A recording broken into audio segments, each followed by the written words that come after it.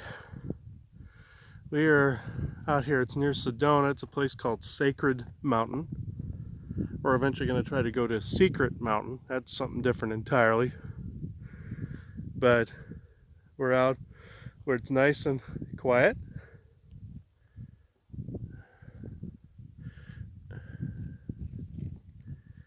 All right. Don't really know completely the backstory on this place,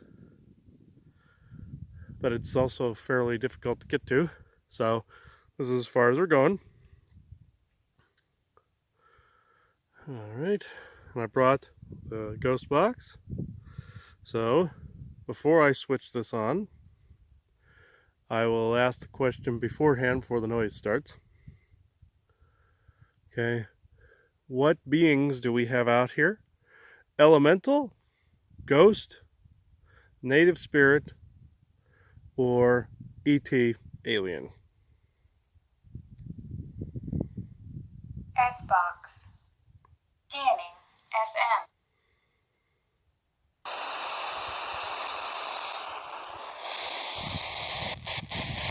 Today. Dentistry.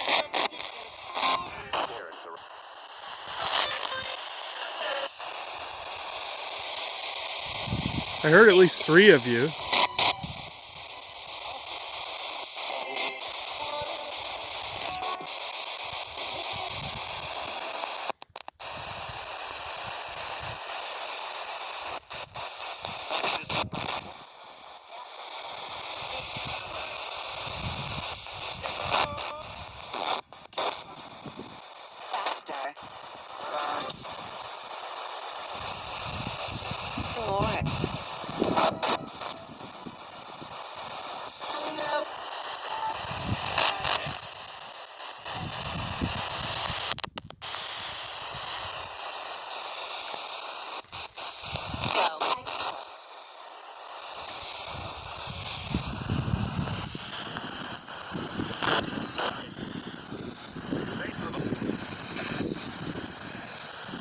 I heard my name being spoken.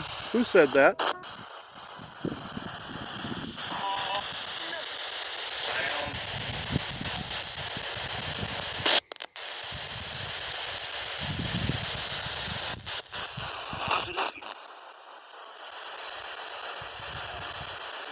Sensing it's almost all quiet, just more like curiosity.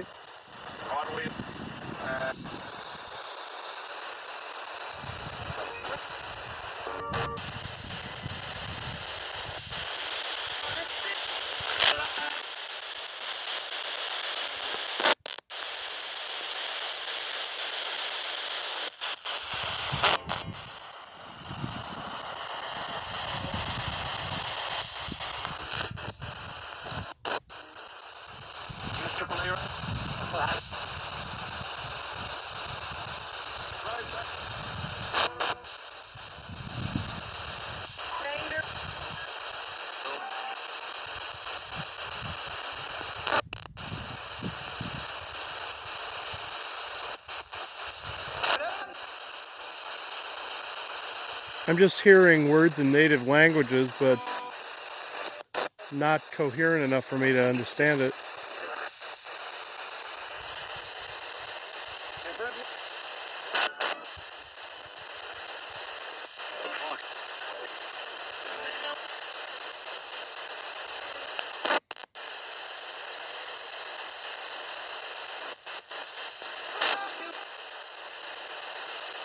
Somebody asked who I was?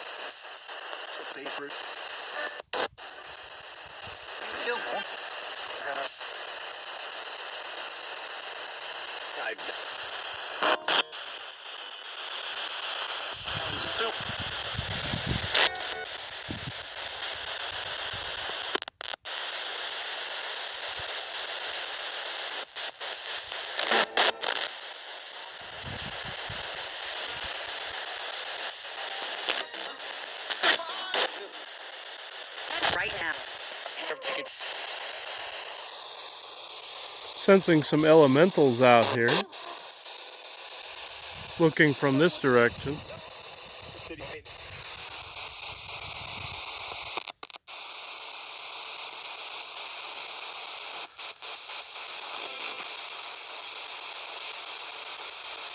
But there's also something not so nice here. Is this military or is this something else?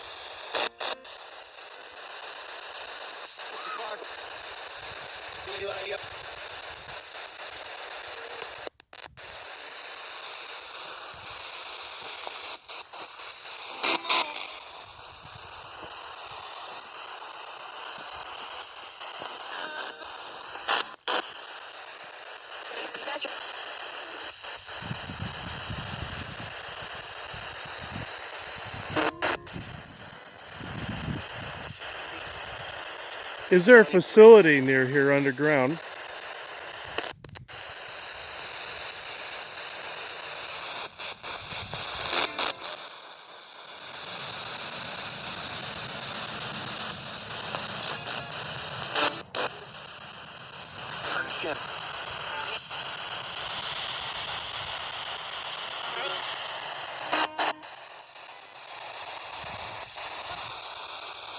If so, what do these elementals think about it?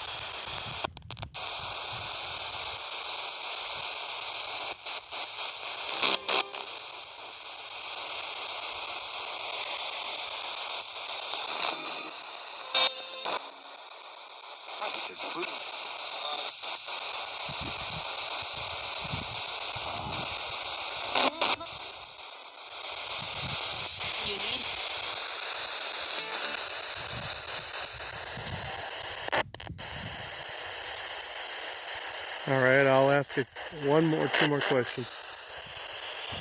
I sense there's certain types of elementals out here. I'm seeing one with a long physique, four-legged. Who is that?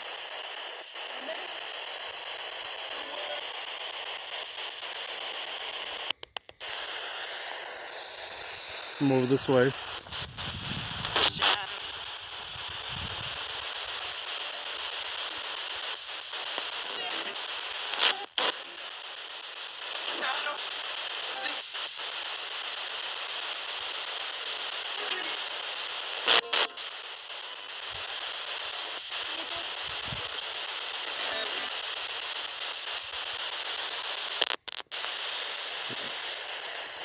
All right, any final words before I shut this off? So let me tell you what's interesting about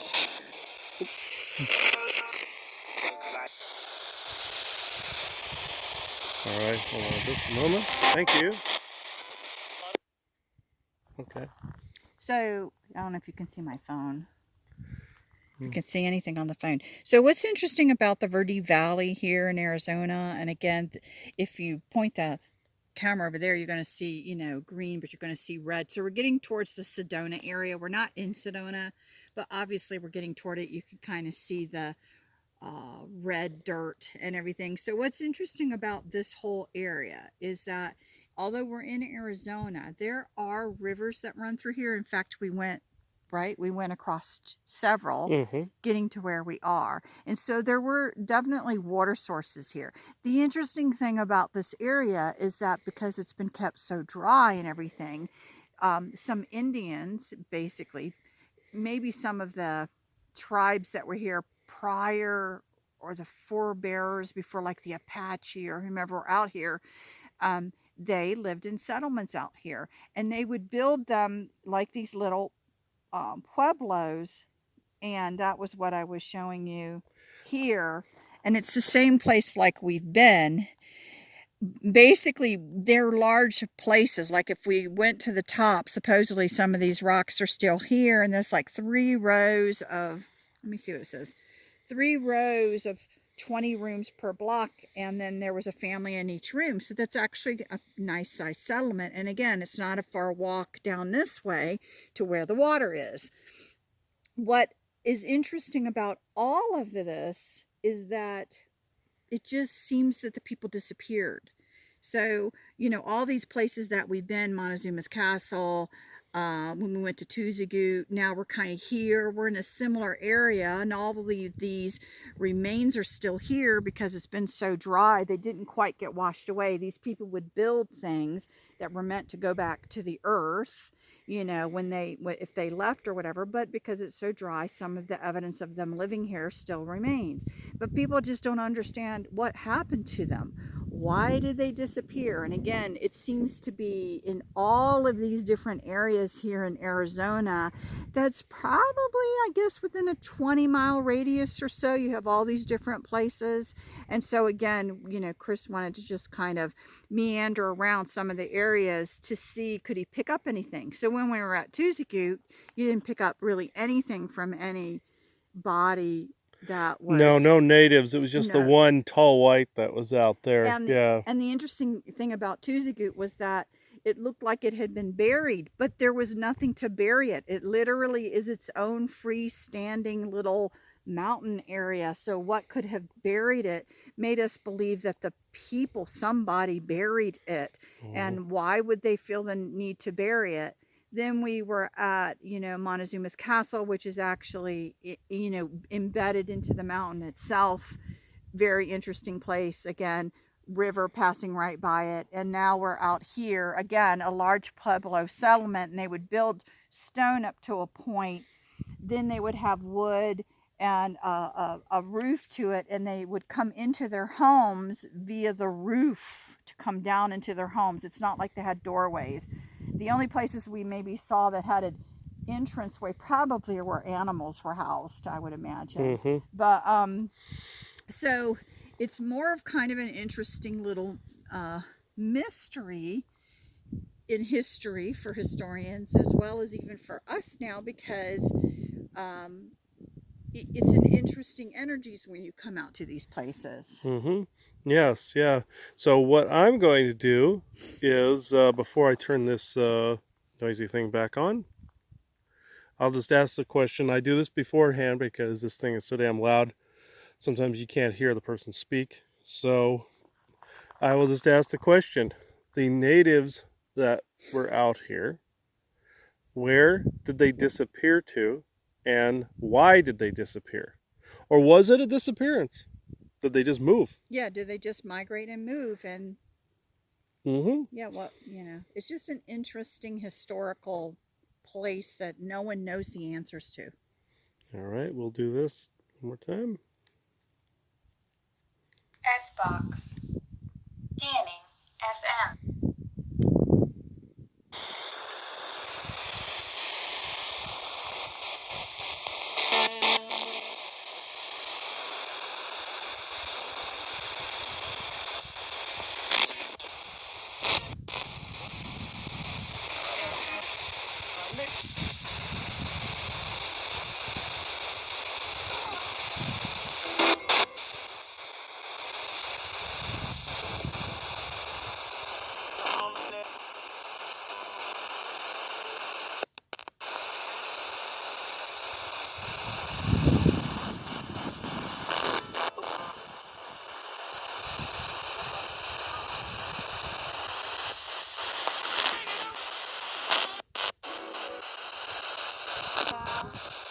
Ready.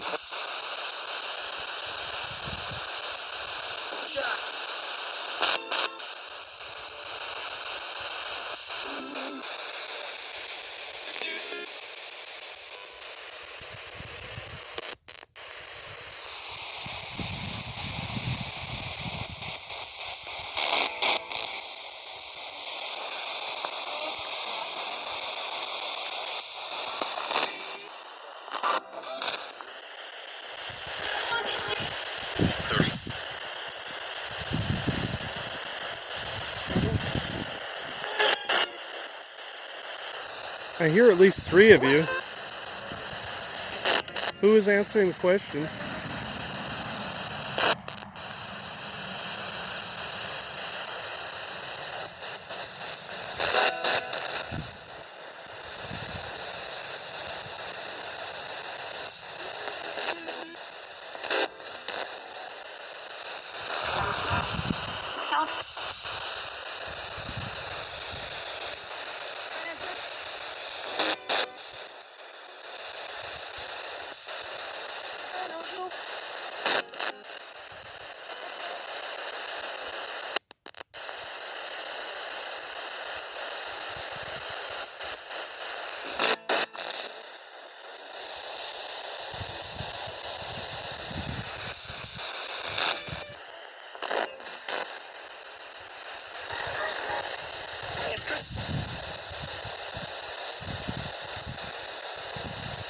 Was this tribe related to the Mayans? And is that where they went to?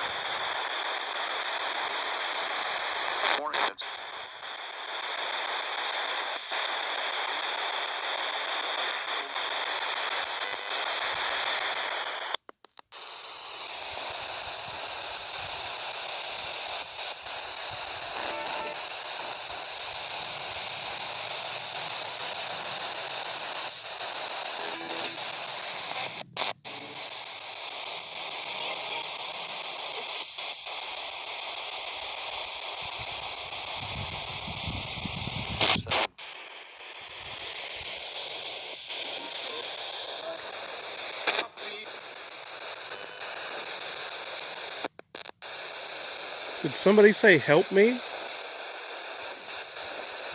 Please confirm.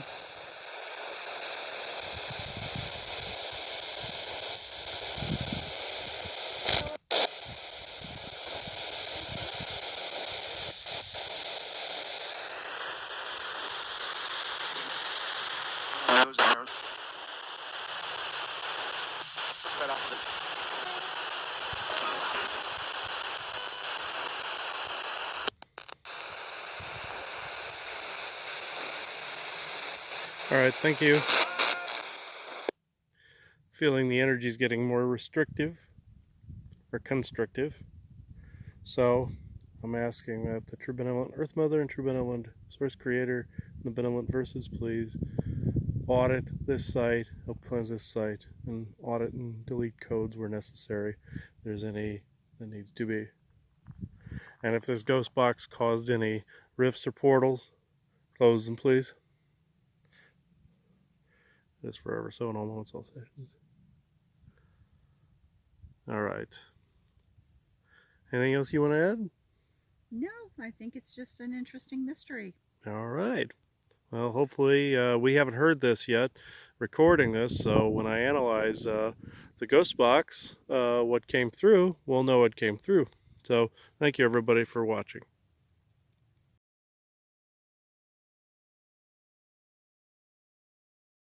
Okay.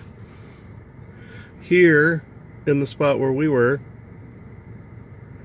that elemental that I was speaking of, the lanky looking being that's on all fours, more like an etheric animal in a different frequency that speaks telepathically like a dog or cat or other being like that.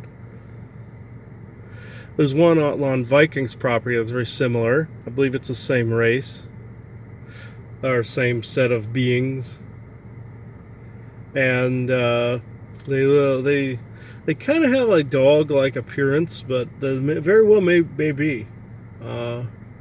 Just that the front legs are slightly longer than the back, so it looks kind of like they're walk-sitting a lot. And they're very tall, about maybe, I'd have to say, 8 feet. But on all fours, 8 feet. Mm-hmm. And the one here told me we were welcome back anytime. We didn't do any damage to the area. They sound like they are like a guardian or a not really sure actually. I believe I'm being told they just live here, out in this area and through California, I believe. And they don't really channel through people. I don't think they know how. But they are,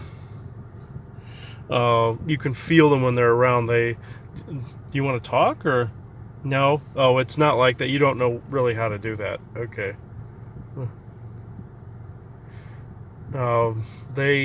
Yeah, he says he doesn't really do things like that. Just surprised that we even knew he was there. and the front of their head looks very much like a wolf, but kind of like a shorter face, like a more pushed in snout a little bit, and he's grayish white and tan in color, mixed with some of the tones that are out here, like the reds and these purples that are in these cacti out here, and a little bit of green. Blends in. If anybody saw them, they'd probably see them up in the hills up there, and they can blend in real easy. He's showing me they can blend in with their breath. Like they go like that, and they move their head around a little bit, and then they're gone. I'm actually not sure what type of elemental this is, but it's very cool. On Interstellar Council, some of the Force people in them said I would encounter these beings at some point. And I know who they were. I'm not sure who they were in history, mind you, but I feel they were very important and prevalent. I'll just add a brief description again. Longer, lankier. They're a dog type race. Taller front end with a taller chest, and kind of look like they're sitting as they're walking with the backwards legs like dogs have, and then big paws, kind of like a dog, and claws, and very kind. They're not benevolent. Oh, they said they're only kind to people that don't pollute. So are they? Have they been here a very long time? Yes. And does he know history, his history, and his family's history? Kind of. So, is there any mention of being around when these Indians were here in their settlements? Yeah, they were here. Okay, and was there any interaction, or did people notice you, or anything like that? Your Yes, there's pictures of them. They were drawn. Some of the drawings and pictures are distorted now, but the natives drew them. As far as you're seeing petroglyphs and stuff, maybe we'll find them on there. Yeah. So, is there a mystery? Did they just leave, or is there some sort of, people, historians or whatever, are like, what happened to them? And, we're not getting a whole lot. Is there a mystery, or did they just feel like they needed to leave? Did the water dry up? I mean... Well, from a historical perspective, they're saying it would look like the people just vanished. Mm-hmm. But all they did was move.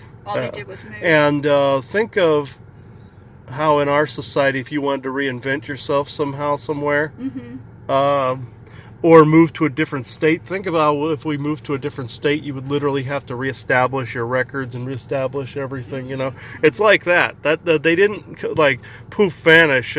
Some were abducted, back then by different alien groups and everything, but and for genetic research and everything, but he's just happy I can understand what he's saying. He's speaking partially in quantum, so it's like he's like yeah someone to talk to. It's like and he just is sitting here like how Sammy just sits and stares at you. He's like and there's several others just in the hills too, listening to what we're saying, but they said the people moved, and that we were right, that at least some of them were Mayan based ones that moved back further south again. And I guess if we're understanding correctly about the culture, then it was a spiritually based decision to move, that there's something spiritually was guiding them to kind of, it's time to move now, time to go someplace else, time to do it. Wasn't, when you think of their decision-making process. They said it wasn't always for their highest good what was telling them to go places. Oh, interesting. That they had either a medicine man or a shaman that would translate, like what I'm doing now, would translate, and that they said the Orions got involved and other Syrian groups got involved after a while. Like we would say tall white.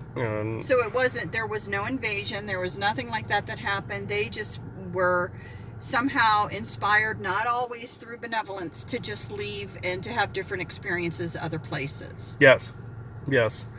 This group tried to warn them, but they don't sway people's decisions like the Orions do. They don't believe in doing that. It's like they can give information and that's it. Right. That Well, even though they have the ability, they don't. Right. They don't do it. which is really the same decision being made now by most, let's say, elementals or whatever. Let people choose their path and let them walk it. Mm-hmm. And, you know, there may be some warning, but, you know, they'll let you put the, as we say, the penny in the light in the socket if they want to. Yes. Yeah, they had to think about that phrase for a second, but they can see by our thoughts that we understand the concept. Yeah, right. Or put your finger close enough to the fire, you may get burned a little bit. But there's several of them gathering here now. There's like maybe 20 of them now. so my curiosity then for you guys is, this is your home. This is where you are, and you have. I think it sounds like if you're going into California with your race, it's a pretty large area that your race would be found. Is that correct? Or Yes, except in really high mountains. Except- They said that they're saying they don't go into extremely high altitudes. Not necessarily because of the pressure, but they're saying there's other beings that occupy those territories they don't like. right. Like Yeti type beings and stuff like that. They're not dumping on forest people. They're saying there's other reptilians and stuff up in some of the higher altitudes. And also in the lowland desert, they don't really go into like the caves and stuff like that are like down in Phoenix and such. You got cat beings and stuff that are down there, like Lyran offshoots and all and different tribal affiliation type ones. They don't have that sort of thing. They don't really have tribes per se. It's just one large, massive group of beings. They don't really have. They have packs like dogs, but they don't, and they hunt and do all that other stuff. But it's they're saying sorry about what?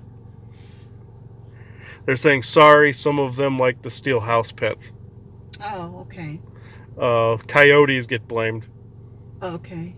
And it's kind of funny because I thought I heard a pack of coyotes or something off in the distance when we had stopped. I swore I heard dog type sounds coming from down below. Yeah, and they do some of that too. They'll make some of that noise, but it's mostly coyotes you're hearing.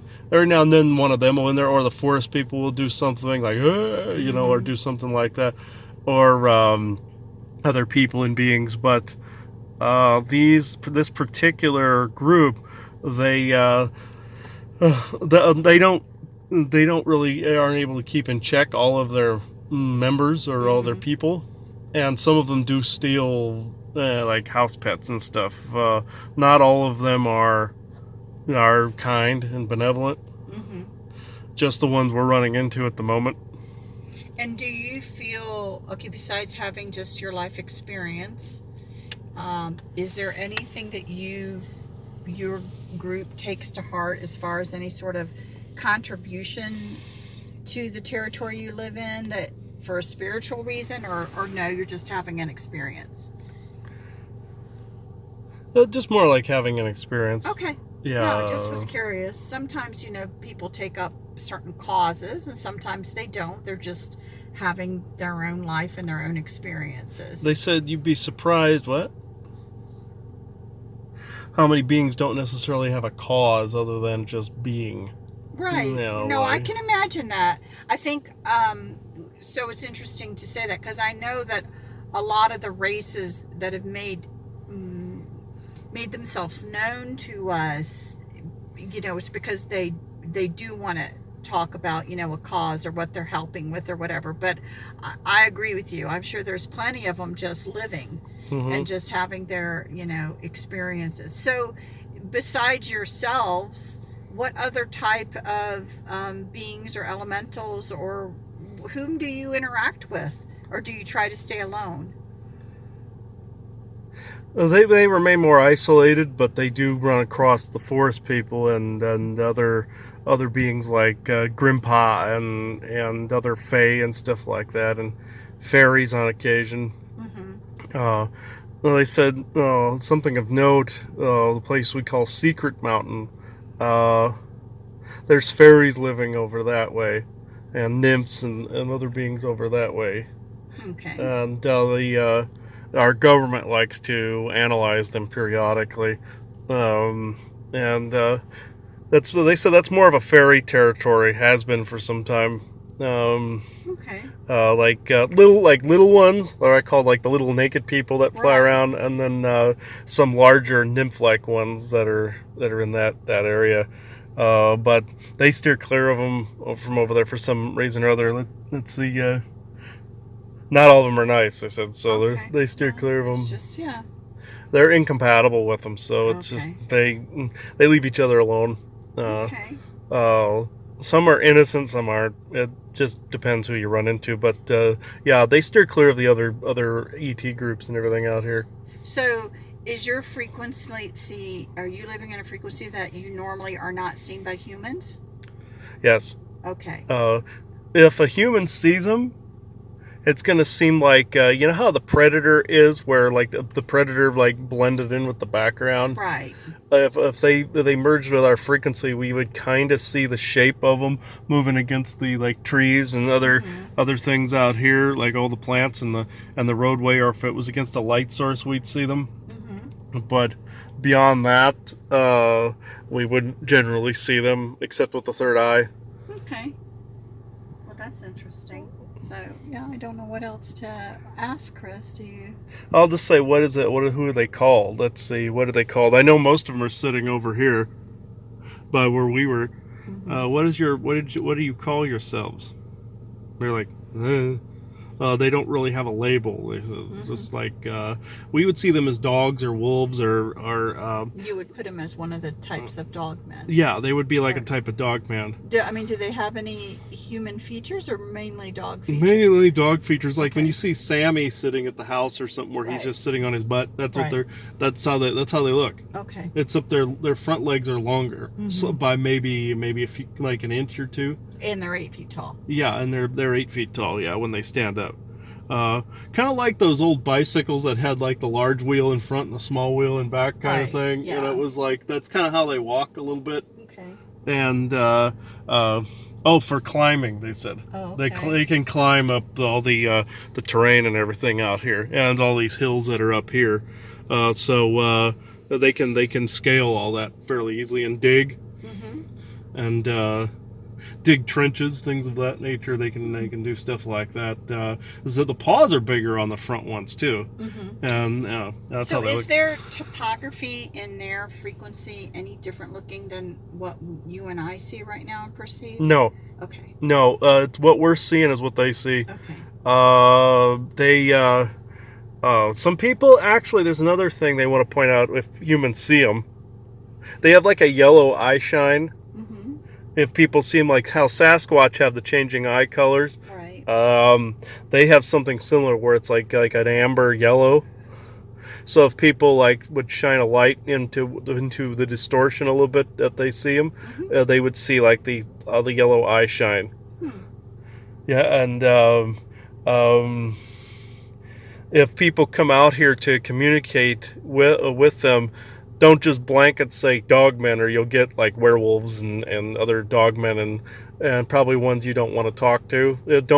They said, be more particular about who you speak to out here. Don't. They're basically wanting everybody to know. Don't just follow any voice out here. So you mean when you say be more particular, you mean benevolence, beings for my highest good Mhm. that won't Yeah, yeah. harm me or trick me. I mean, that's what you're saying as far as being more particular. Yeah. You'll hear. They're saying you'll hear a variety of voices out here. Mm-hmm. Be very discerning who you listen to out here. So does your group go into what we would refer to as Sedona proper? Because we're really on the outskirts. We're not. We're still a little ways away from Sedona proper. Somewhat. They still steer clear of some of the beings out there, like some of the insectoid races that are up there and the bat-like ones that are up Okay. there. They just let them claim it. Okay. And then the forest people have been known to go up there, but they don't always go up in there because they get watched. Right. And a lot of military, they said there. So a lot of human and military. a lot of human military underground in this whole entire area. Yeah, they don't like that though. They don't. They it spooks them a little bit. So It's just that they're drawn to the vortexes and the portals, the natural vortexes and portals. That's why the military is here in this area. they're siphoning off energy, is what they're saying for using for their devices. Yeah. But they are also from fractalizing those original vortexes. They're creating more of them. They're saying like they're like through like a mirror type of technology. That's why there's so many vortexes around that pop up in strange places. Mm-hmm. Like at that shop we went to out there. That was really wild. It's artificially induced. There was only like maybe a few natural ones that they put like a it almost looks like a button or something like on top of it that they cap it, kind of like if they were getting geothermal energy type of thing, but off the vortexes. So is there any downfall to constantly opening up new vortexes? Yes. They said the original ones can collapse if they're overused. Okay. Because again, we keep trying to tell people it's not like this is the most beautiful color in iron oxide in the state or in other states, because there's some other states that have very beautiful surroundings as well besides Sedona. It's the energy, then the vortexes that many people are drawn to come out here because of the feeling that comes along with them. That's different than maybe some other places. And as you said, Chris, the interesting thing about the vortexes is that it really just enhances where you are in energy. Yeah. So it's not about a lot of people who they're going to feel good and they're going to want to keep coming back because it makes them feel good because they're at a certain frequency. But if you were potentially at a different frequency, it wouldn't make you feel good necessarily. No, it just enhances whoever you are, and amplifies it. It's not. They're saying this is what we would call a bubble burster. They're saying it's not as mystical as is being let on. It's sacred because the natives and other people, the New Agers and all that, consider it sacred. So that's adding to it. But they're saying it's more of a amplification. It's that's what people are thinking on the magnetic energy. Right. And because of the iron oxide interacting with different other energies and everything, like how a big orgone piece would, Right. and they said that's basically it. They said who else? The old myrrh that were around there, they considered it a temple a long time ago, but because of the energy coming off the earth from these vortexes. Yeah. And when it was a sea, there was like this really intense energy that was there, but they've all but gone. They don't really stick around there. The Myrmidon don't really hang around anymore for obvious reasons. But do you know if any alien races, meaning UFOs and whatever, come here to refuel? Most certainly. Okay. Most certainly, of all kinds. Okay. And that's also why the military is capping those. They're actually able to store the energy and trade it. Okay, I see. They're able to take that and store it like in a battery. And it's a particular energy that these aliens like, and they used to just stop by and refuel over it with their spaceships until the military capped it and sold it, kind of like if we had an oil well and some rich person discovered it and then made it so that they could only buy it through him, or that's essentially what they did to these aliens, that they would come and get it freely. They capped it and then stored it in a battery and then trade it off, or use it to power things. Very efficient, they're saying. We would consider to be very efficient, but the mining of it will collapse the vortexes after a while if they don't stop it. It's any natural resource it can dry up. And I guess currently the ones doing this don't realize that there's a limit. Yeah, I guess they don't see it that way. They see it as always never ending. Okay. Well, it's very, very interesting. we would call it, they would get a rude awakening. Mm-hmm. They can replicate it, they're saying. Mm-hmm. They don't need to. They've analyzed that they don't actually need to mine it. Right. But they've gotten so used to it because their facilities are on top of them. Mm-hmm.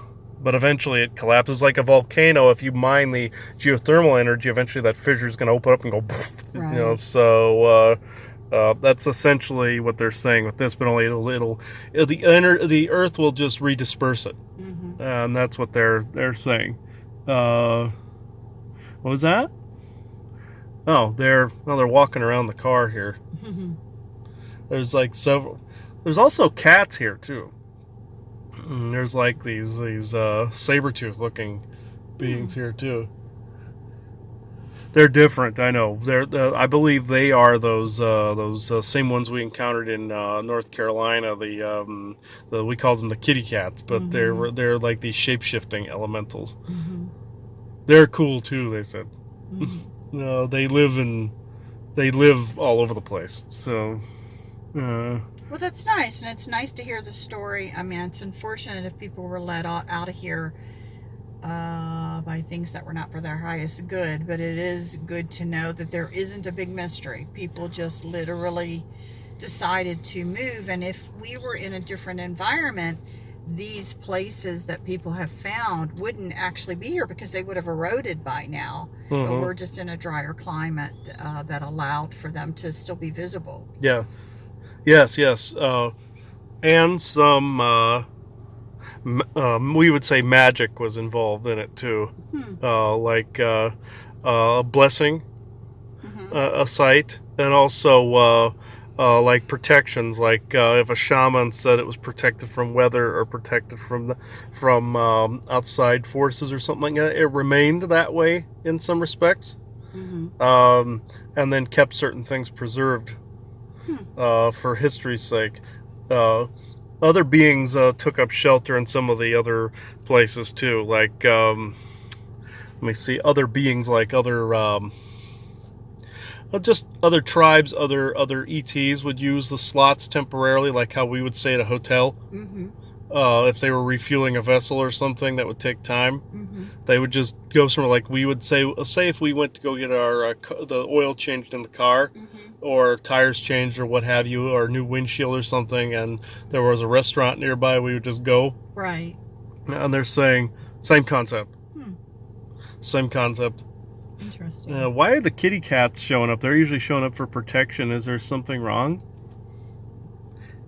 Kind of. It's just we're getting attention. Yeah, we're getting attention from all over the hills and stuff here. So I can actually feel it. There's a pressure.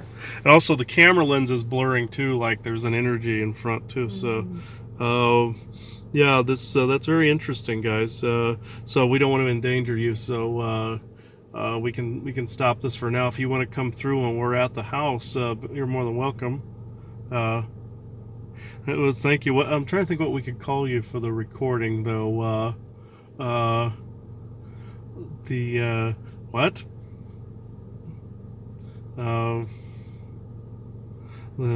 Isaac basically just says the doggies.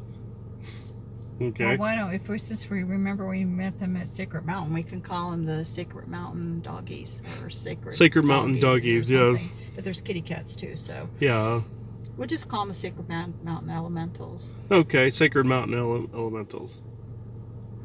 They corrected, said we would say more like Southwest Southwest Elemental type thing, or Southwest Doggies or something like that. Okay, we can do that. Okay, yeah, and they're doing this. They're going like that, and they're running off now. Okay. Yeah, they look like they just look like stubbier faced wolves. That's what they look like. And just like the kitty cats are in battle mode too. They have the saber teeth out. So if they're in battle mode, that means there's something. So Yeah, it's because we caught, you know, we've been here a while. we've been here a while. So okay, we'll close this doorway. Thank you, everybody. Thank you. Bye-bye now.